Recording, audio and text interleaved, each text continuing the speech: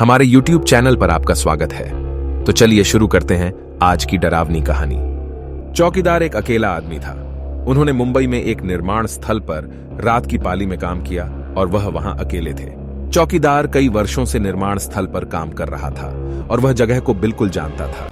वह जानता था कि सभी छायाएं कहां थीं और वह जानता था कि सभी चरमराते बोर्ड कहां थे। लेकिन हालांकि चौकीदार उस जगह को अच्छी तरह से जानता था, फिर भी वह डरा हुआ था।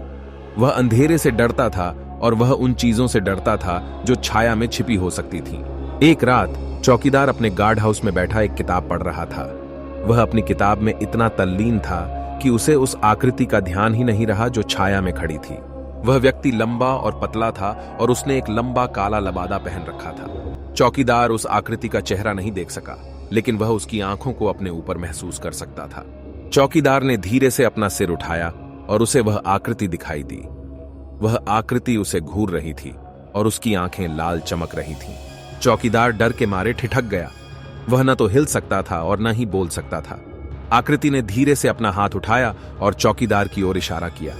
चौकीदार को सीने में तेज दर्द महसूस हुआ और फिर वह अचेत हो गया।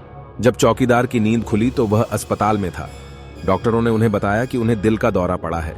चौकीदार ने वह आकृति दोबारा कभी नहीं देखी, लेकिन वह जानता था कि यह वास्तविक थी। वह जानता था कि उसने कोई भूत देखा है। चौकीदार कभी भी निर्माण स्थल पर काम पर वापस नहीं गया। वह बहुत डरा हुआ था।